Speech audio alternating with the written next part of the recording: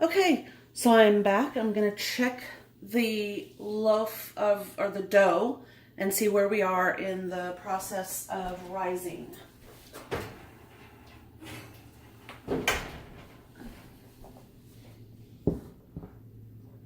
Okay, just remove this from the oven. It looks like it's about double in size. I am going to go ahead and push this down. You can either do this with your fingertips or you can just use this part of your hand. I usually do this. Today I'll do this. Okay, I'm going to fold it up on itself. It's nice and stretchy and fluffy. Okay, now I can let this soak in some water because I don't need it. While that rests, I'm going to preheat my oven to 170. It's very cold outside today.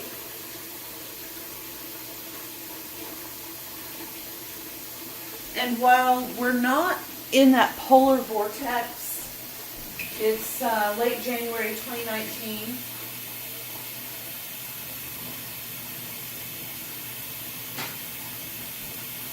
So if you've been watching the news, or if you happen to live in Chicago or Minnesota, you know that right now the United States, the midsection of the United States is suffering from extreme cold. I mean, below zero temperatures that are just mind-boggling. In the Pacific Northwest, we're not that cold, but it's uncomfortably cold. So I've turned up the heat in my house just a little bit, and I'm going to preheat the oven. It cooled off a little bit faster than I had hoped it would. So I'm going to let my dough rest, and I'm going to prep these pans. Oh, there we go.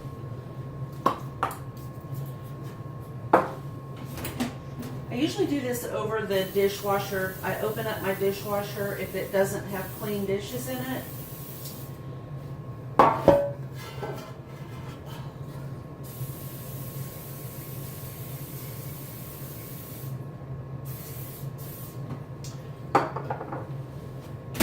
There we go.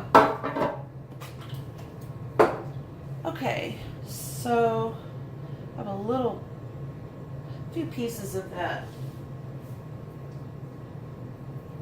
dried flour from the bowl. Won't hurt anything. But now what I want to do is kind of make this the same size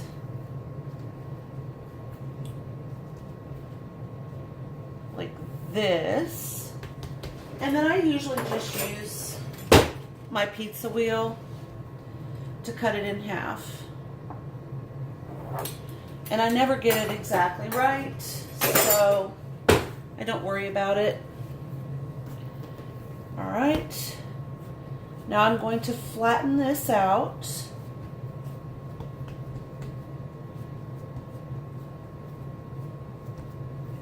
And this is when you could put anything in here. If you wanted to make a special Sunday brunch, one of these halves, you could do, I'm not going to do that, but I can describe the process to you from here. So I'm smashing this into basically a large rectangle, and I want this to be the same width if possible. It doesn't matter what that width is, as long as it's basically the same all the way around, from the center to the sides to the ends.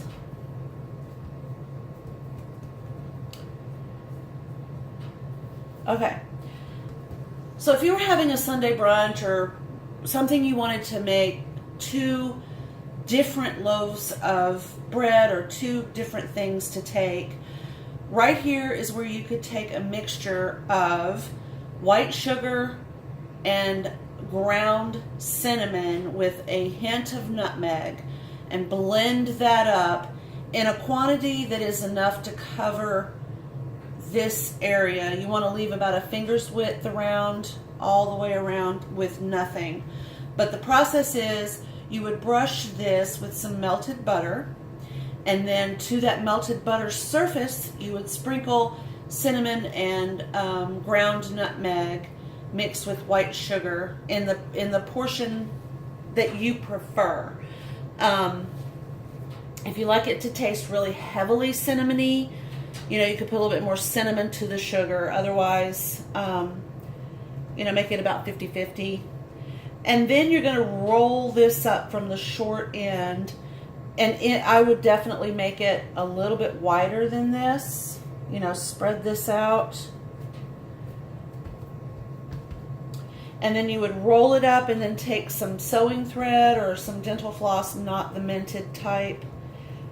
And basically you would just go like underneath the roll and then cut with that. It just makes perfect cuts. Place them on the cut side down on a cookie sheet and let them double in size and then bake them.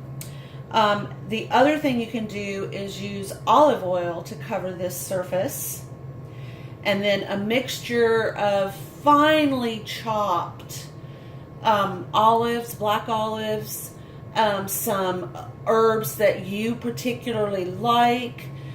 Just kind of, you know, chop them up in tiny little pieces. Maybe some little teeny tiny pieces of chopped up cheese, and mix that all together and put that on top of the olive oil. Roll it up and then bake it as in one big loaf. You could, you know, cut it if you wanted to, the same as you would do with those cinnamon rolls. But anyway, that's one way to utilize a bread dough. And of course you can make it into a pizza. Okay, so now I'm going to roll my bread, and I just like let it roll over on top of itself and then push it down and to the center, just to kind of give the edges a place to go. So you roll, you push, and I'm pushing toward the center as I smush this down on top of itself. And smush is definitely a technical term. Don't let anybody tell you it isn't. I'm starting from the outside edge. I'm pressing to the center. And I'm pressing as tightly along that edge as I can. I want it good and tight. Okay, I'm going to roll. I'm going to push to the center.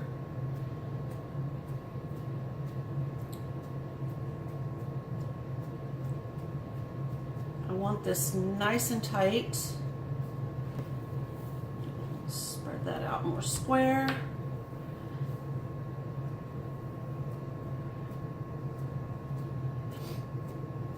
And you can feel the roll in here that I'm kind of pushing up next to on that process right there. Okay. And then I just roll it over on top of itself. I'm pinching that last bit of dough to the roll. And I can see that one side. Okay, I've got to turn my oven off and open the door.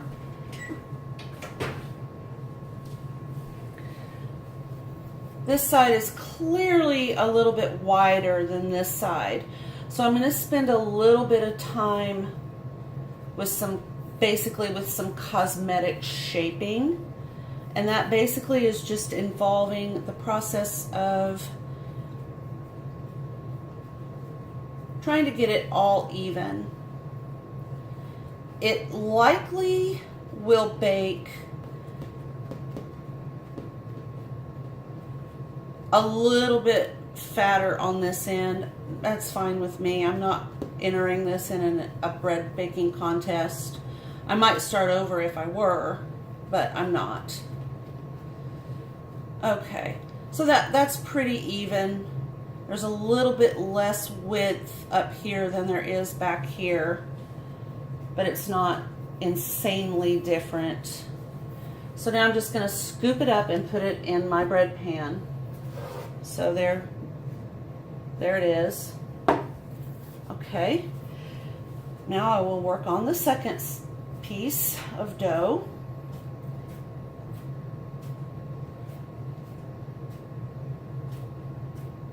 And the nice thing about having this dough, if you're not interested in cooking 2 loaves of bread today, you just want to cook one and save this dough, wrap it up tightly in some clear plastic wrap, put it inside of a bag that you can zip closed, press as much of the air out of that bag as you can, and then you can either freeze it or put it in your refrigerator and save it for another day. I wouldn't go past a week. You know, you might freeze it for a week, but in the refrigerator, I would say no more than 2 days. But I used to do that. I would take it out of the refrigerator and let it sit on the counter in the morning to warm up, and then I would shape it and then let it rise. And move, you know, just go on about my day. So it's nice to have that option. And also, if you're making dough, if you're doing it on a Monday and you're thinking to yourself, you know, we might have pizza on Friday, you can put that dough in the freezer and on Thursday take it out and put it in the refrigerator, and then you've got a nice batch of homemade pizza dough for Friday night. All right, so I've got this one fairly well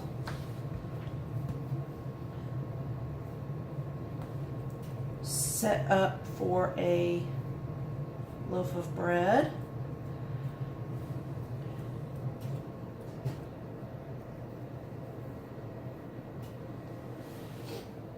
Push in the outer edge.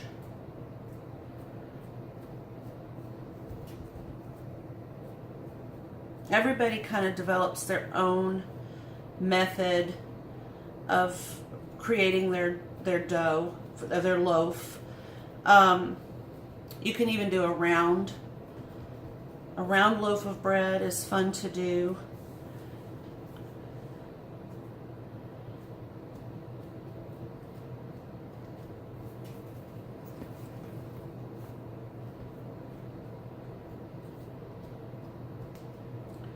I'm just trying to push as much of the air out as I can.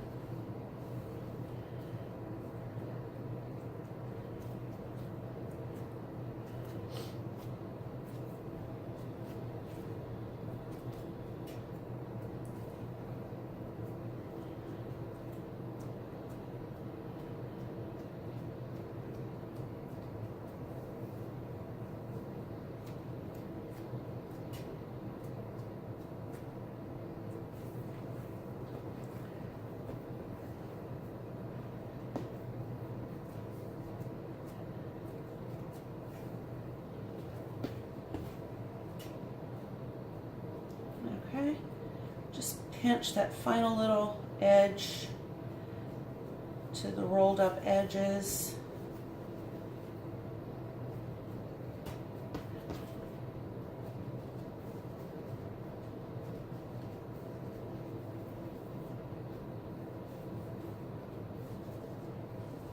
Spend some time shaping it if you want to.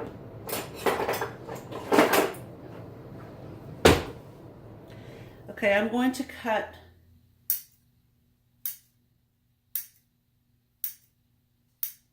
and then I'm going to cut across like this. And then you can open those up.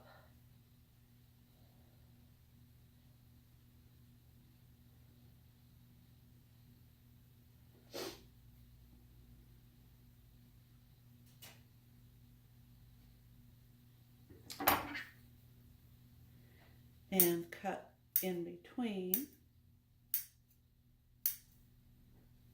like that. And that shape will change as this loaf rises. It's kind of fun.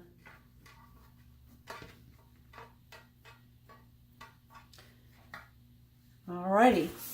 Now we will again cover them up with our clean towel.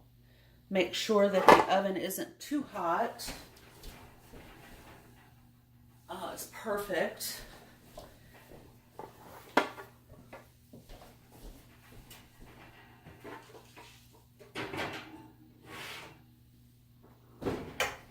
And again, it will rise for about 35 to, I would say in that oven, between 35 minutes and 45 minutes.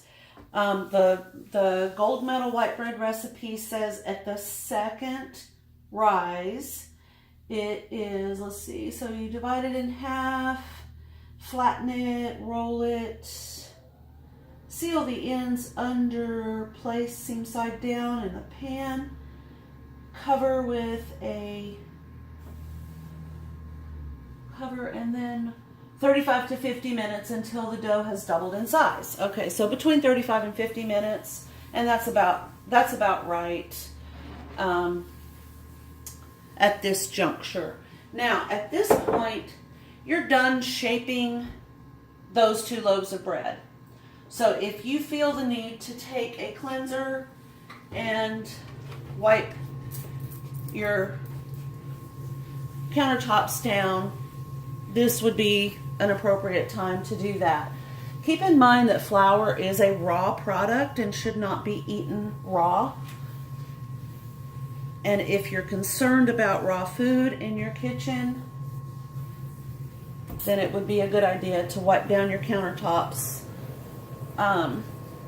at this point.